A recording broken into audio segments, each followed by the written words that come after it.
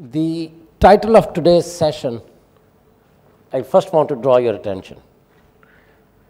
Sustainability challenge across sectors. In order to highlight the urgency or the framework within which I think about this topic, let me try to sum up first how the climate debate has been or where it is right now. I think 90s were mostly about emissions, how to control them, how to reduce them, how to set targets about them, and how, in the latter half, how to negotiate about them. The first decade of this century, last decade, was mostly about adaptation, that we have not succeeded in moving forward on emissions issue, and there are loads of people very vulnerable. Let's start talking about adaptation and setting up some financial mechanisms for them. I think this decade is not about sustainability. Sustainability, in my understanding, is how to perform well or cope with change or climate change and stay afloat through robust corporate management. In my view, that is a passé, that's a debate of the 90s, and therefore, I'd like to present to you this decade is about loss and damage. And simply put, loss and damage is permanent loss because of climate change and permanent damage because of climate change. That cannot be repaired and cannot be reversed.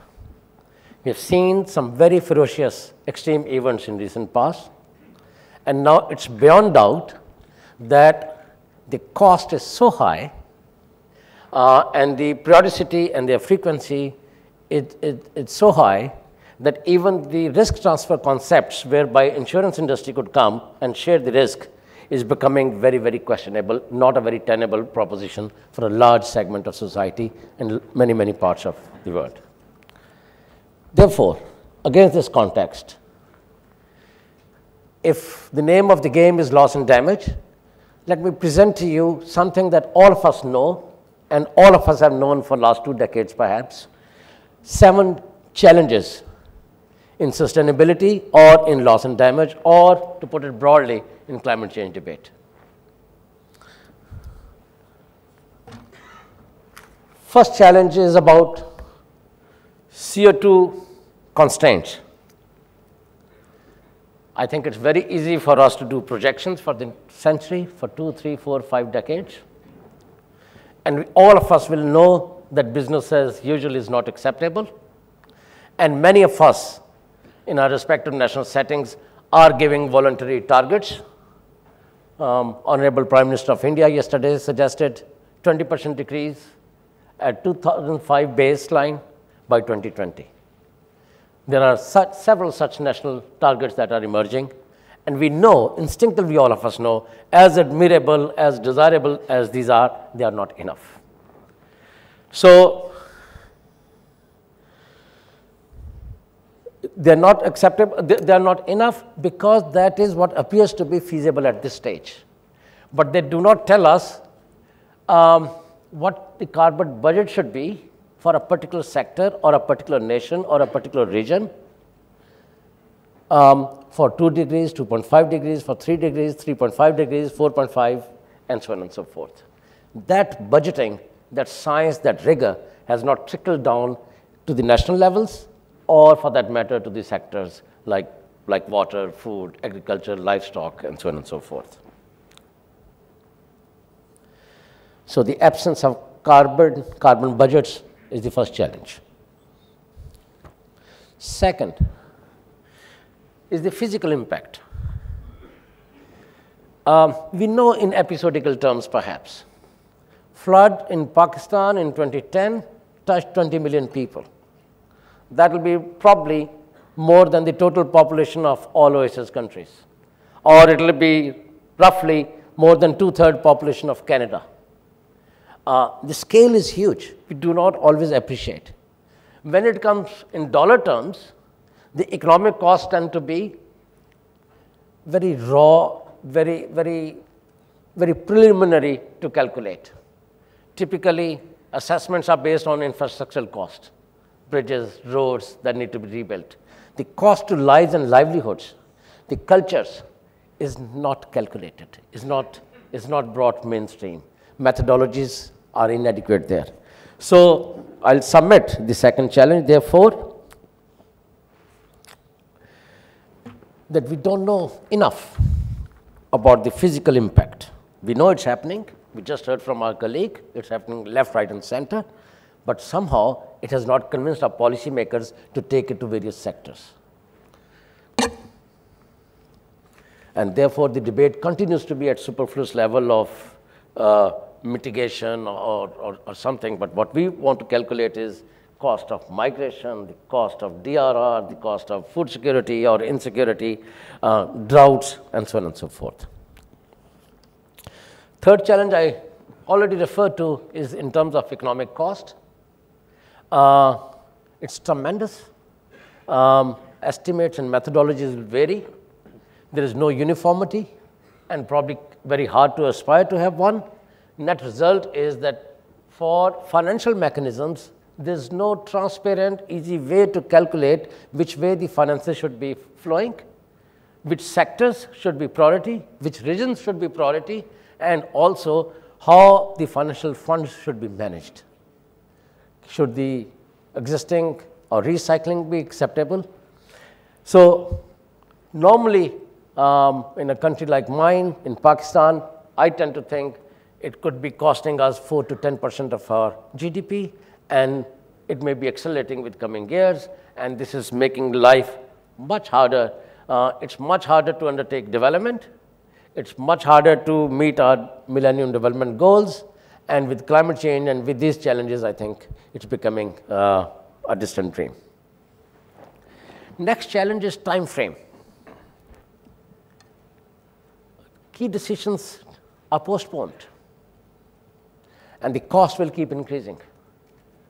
We are trying to do what seems like feasible today, palatable today, but if some targets are to be set, the timelines are very severe and very serious.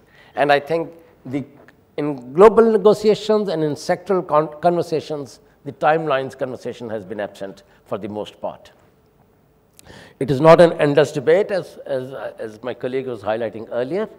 There are very serious time constraints that we face in every fragile ecosystem, in every region, be it oasis countries, island nations, or Himalayan nations where the glaciers are receding, or coastal lines.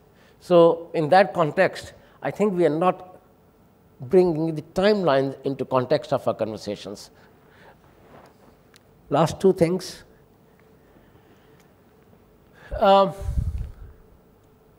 Development is huge, and then we see mostly debate is about mitigation and a little bit about adaptation. Now, it needs to be seen somewhat differently. They need to be merged in many, many ways. So the development needs to include low carbon growth, which is a partly mitigation issue.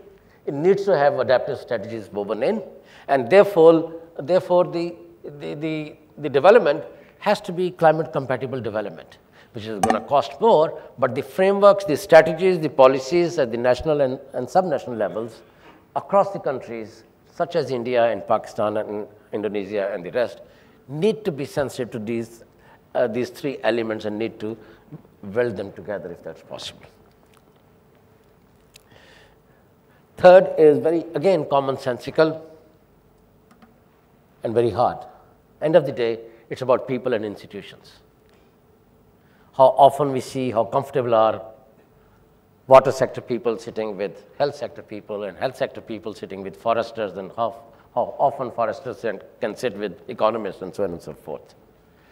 And the moment you begin that, tough battles and priorities begin to confront us. And therefore, most of global debate, most of national debate, tend to sidestep that issue, and therefore, most of global debate has been revolving around 2 or 3 main themes, and I'm just refreshing your memory.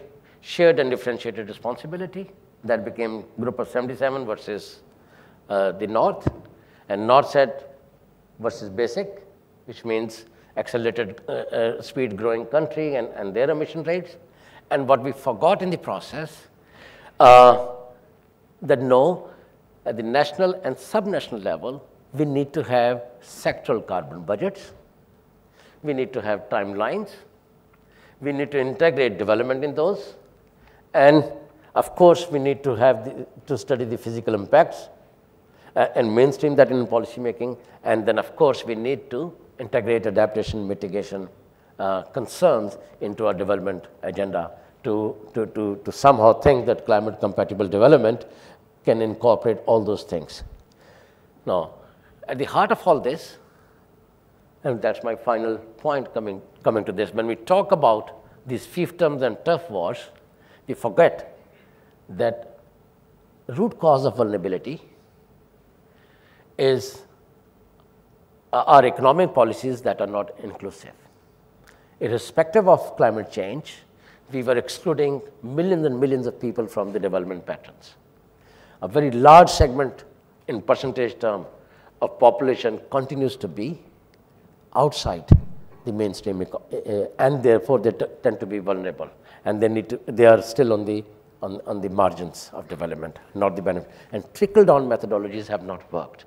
So in order to address the climate challenge, we'll have to revisit our climate paradigm. And when I say climate compatible development, essentially that I'm saying that our development need to be it green growth, be it climate smart or climate compatible development, it need to be inclusive to reach out to those people who have been marginalized over a period of time. With these few reflections, I thank you, Mr. Chair. Thank you, Mr.